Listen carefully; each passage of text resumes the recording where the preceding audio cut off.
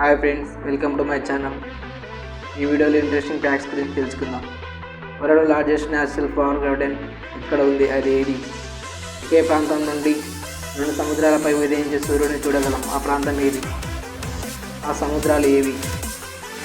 World fastest bird ఏది? దాని వేగం ఎంత? ఎక్కువగా మనుషులు దీనివల్ల చనిపోతున్నారు. ప్రపంచంలోనే అతిపెద్ద కోల్డ్ స్టోరేజ్ ఎక్కడ ఉంది, అది ఏది? విమానంలో వెళ్ళేటప్పుడు ఫుడ్ స్మెల్ అనేది టేస్టీగా ఉండదు, ఎందుకు? ప్రతి సంవత్సరం సముద్రంలో మానవుడు ఎంత చెత్తని పాడేస్తున్నాడు.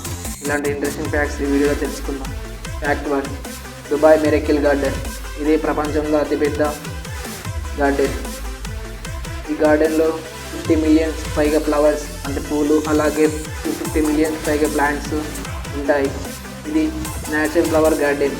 Number 2, world fastest bird peregrine falcon. దీని వేగం 250 miles per hour.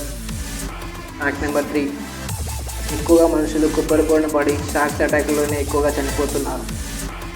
Fact number 4, world largest gold storage New York సిటీలో ఉంది. దాని పేరు ఫెడరల్ రిజర్వ్ బ్యాంక్. ఇదే లార్జెస్ట్ గోల్డ్ స్టోరేజ్.